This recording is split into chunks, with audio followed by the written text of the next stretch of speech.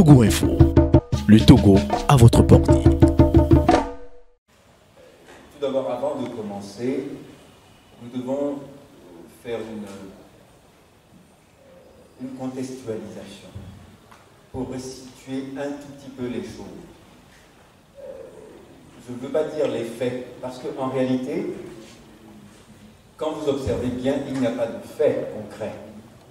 Il n'y a qu'une accusation qui est portée par un média, relayé par d'autres médias, et qui ont décidé, par choix éditorial, d'avoir une lecture très subjective de choses qui nous concernent tous.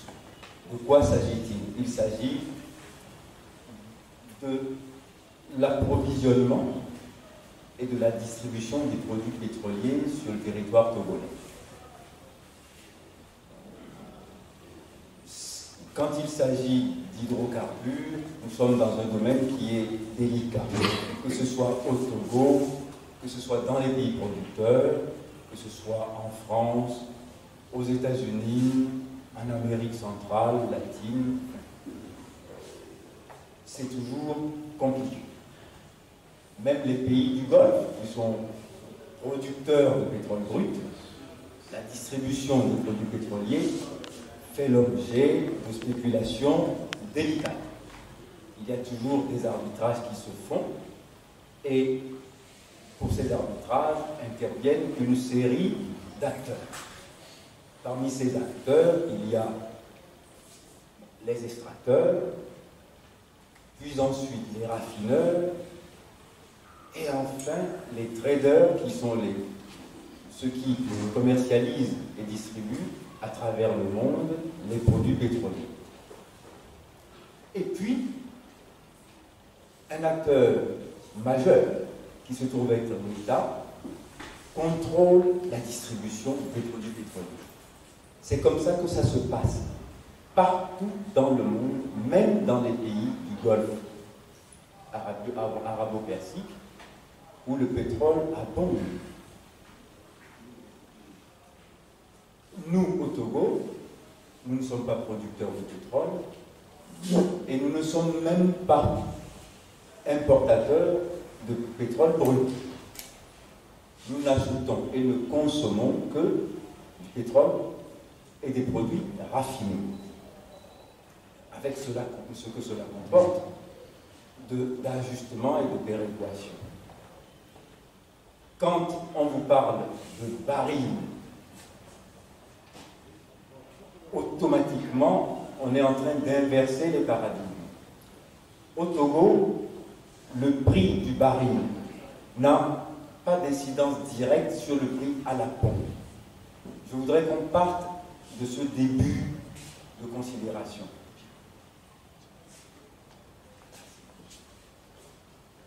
Je voudrais qu'on parte de là. Tous ceux qui commencent par dire le baril est moins cher, pourquoi le pétrole, enfin l'essence n'est pas moins chère au Togo, se trompent lourdement, ou alors se laissent tromper. Pourquoi? Quel que soit le prix du baril, avant que le prix du baril sur le marché mondial n'impacte la distribution à la pompe chez nous, il se passe un temps qui est plus ou moins égal à 8 mois à 1 an. Je m'explique. Lorsque le Togo évalue la quantité de produits pétroliers dont il a besoin, il est déjà en train de lancer des appels d'offres. Et quand il lance les appels d'offres, les soumissionnaires éventuels, qui sont les traders mondiaux, qui répondent aux appels d'offres, ont déjà, eux, une quantité de produits raffinés disponibles, sur la base duquel ils fixent le prix auquel ils vont nous vendre. Donc, mettons, si nous sommes au mois d'août et qu'on lance un appel d'offres au mois d'août, nous achetons le pétrole produit raffiné au prix disponible sur le marché à ce jour, au jour de notre commande. Donc, le pétrole brut qui est mesuré au baril aujourd'hui n'a pas d'incidence sur la commande que nous faisons aujourd'hui. Il n'aura d'incidence que sur le produit raffiné qui sera disponible peut-être à l'occasion d'une prochaine commande à 3 à 6 mois, à condition que tout le pétrole déjà raffiné ait été consommé, avant que les traders ne réinjectent sur le marché le brut qui a été raffiné dans l'intervalle. Donc, faire des analogies ou des spéculations de fluctuations sur le prix du baril et le prix du pétrole à la pompe au Togo est une vue de l'esprit qui est complètement faussée. C'est un premier préalable. Le deuxième préalable, c'est que le pétrole est commandé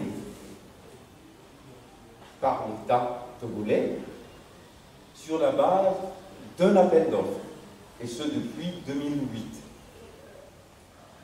Il faut qu'on historicise un tout petit peu le phénomène.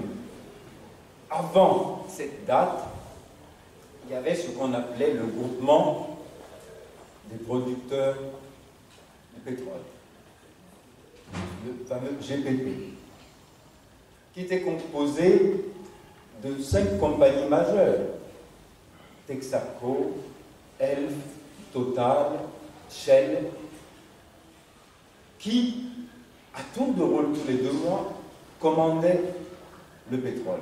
Chacun, enfin les produits pétroliers, chacun à tour de rôle. Et il se passait quoi? C'est que quand ils vendaient, ils distribuaient au Togo. Bon, vous devez savoir que le prix à la pompe est subventionné par l'État.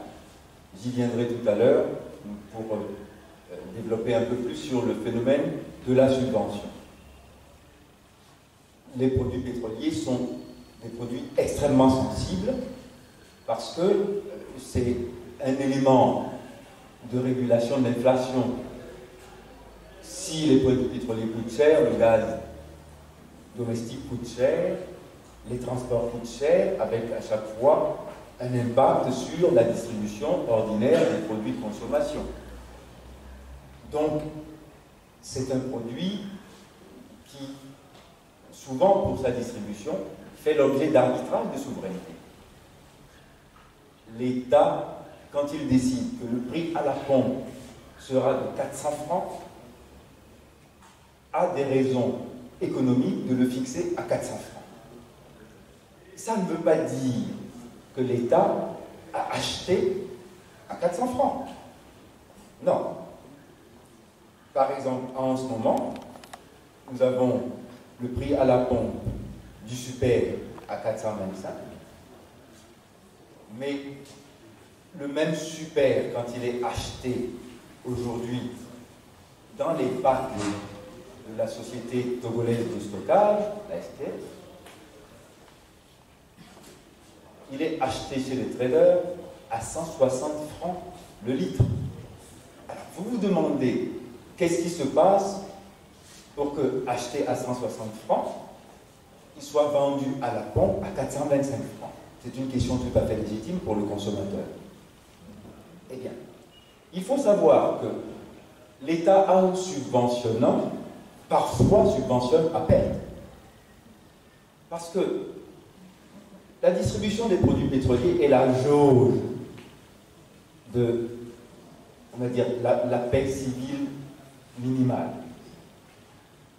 Je me souviens que dans certains pays, récemment, on a eu des crises politiques parce que le pétrole coûtait cher et, par ricochet, certains produits de consommation de base ont coûté cher et ça a amené à des crises sociales qui ont emporté les gouvernements.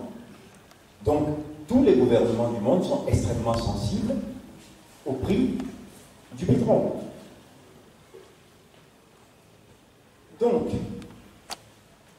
lorsque le gouvernement subventionne, il lui arrive parfois d'acheter plus cher, mais de maintenir le prix à la pompe dans une fourchette de stabilité.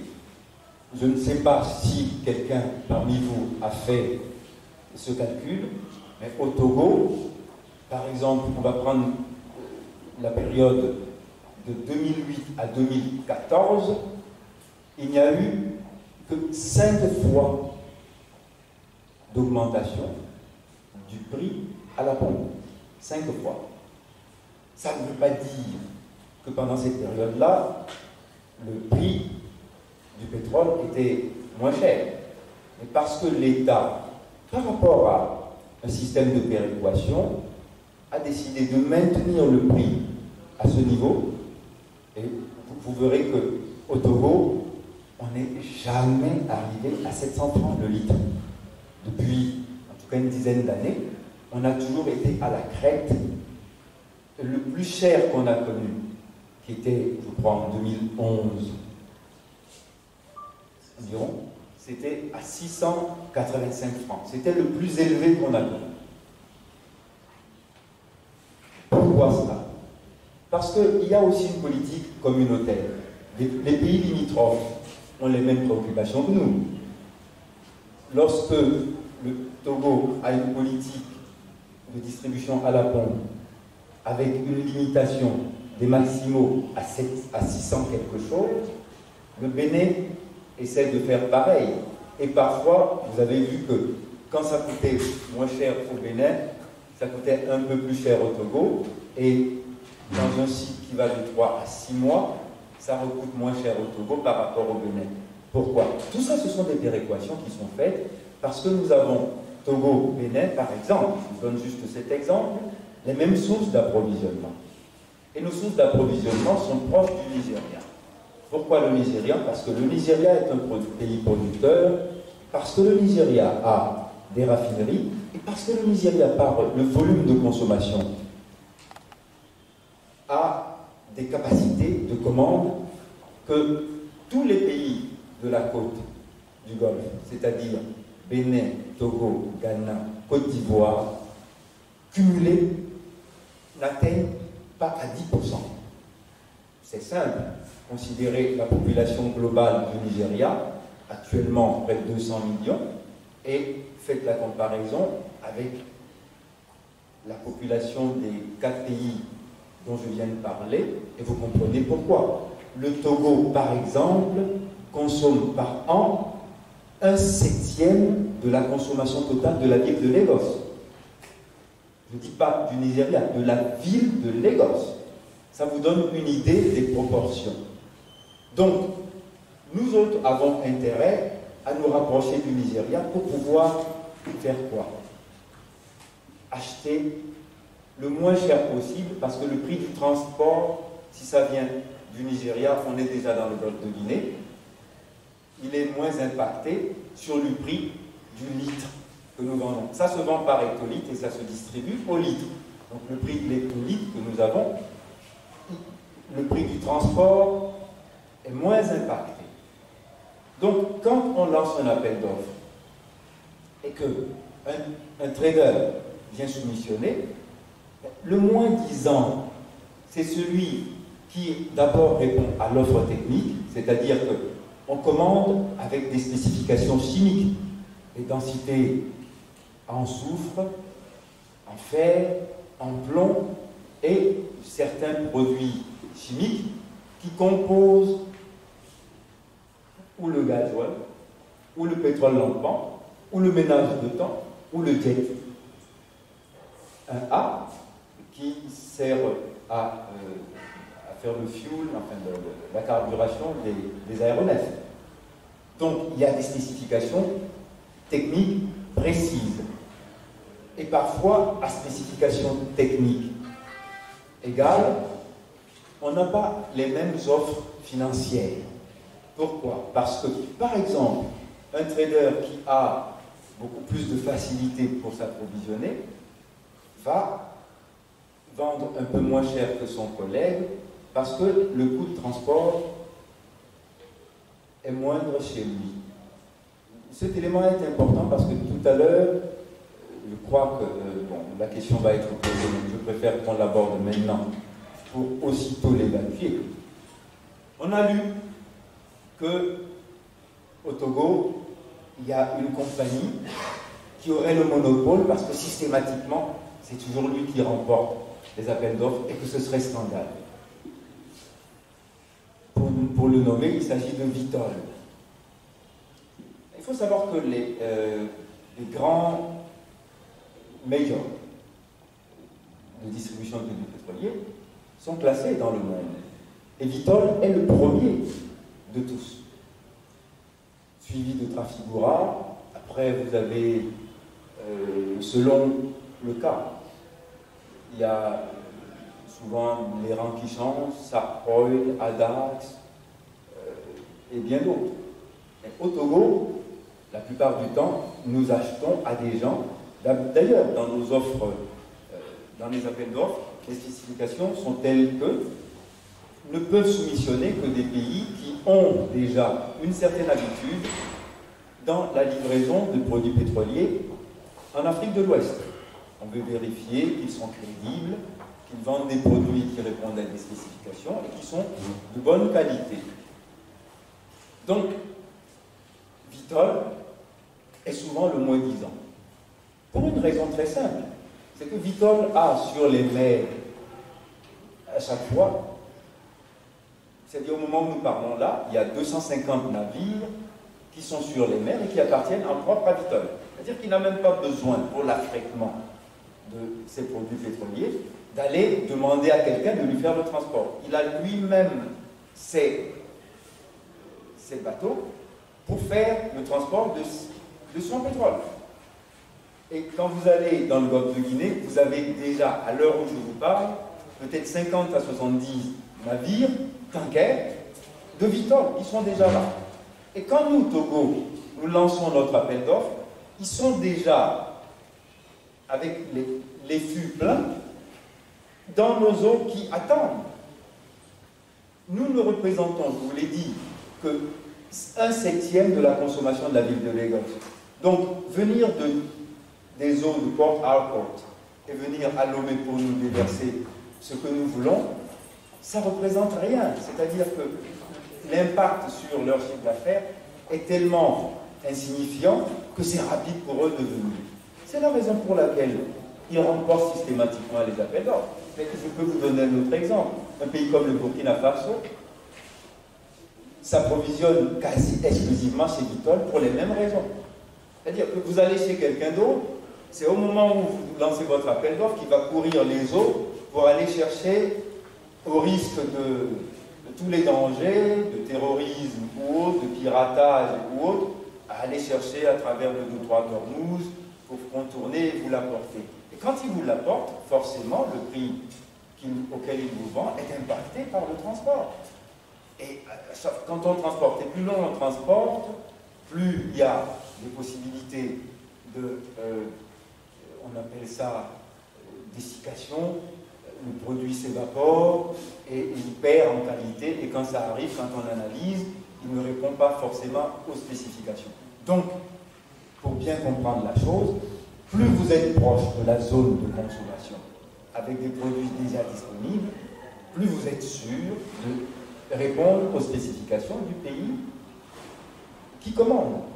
Donc voilà l'une des raisons pour lesquelles Vitol remporte, on va dire quasi systématiquement, les appels d'offres. Et un major comme Vitol n'a même pas besoin de corrompre des gens pour s'associer le marché togolais, se l'aliéner et devenir distributeur exclusif. Je vous dis, nous sommes 1/7 de la ville de Lagos. Pourquoi voulez-vous qu'une société comme celle-là vienne jouer sa réputation par des moyens déloyaux et, pour tout dire, délictueux, uniquement pour avoir ce petit marché? Ça n'a pas de sens. Donc ceux qui disent cela font une spéculation qui est complètement faussée parce qu'elle ne peut correspondre à aucune réalité économique.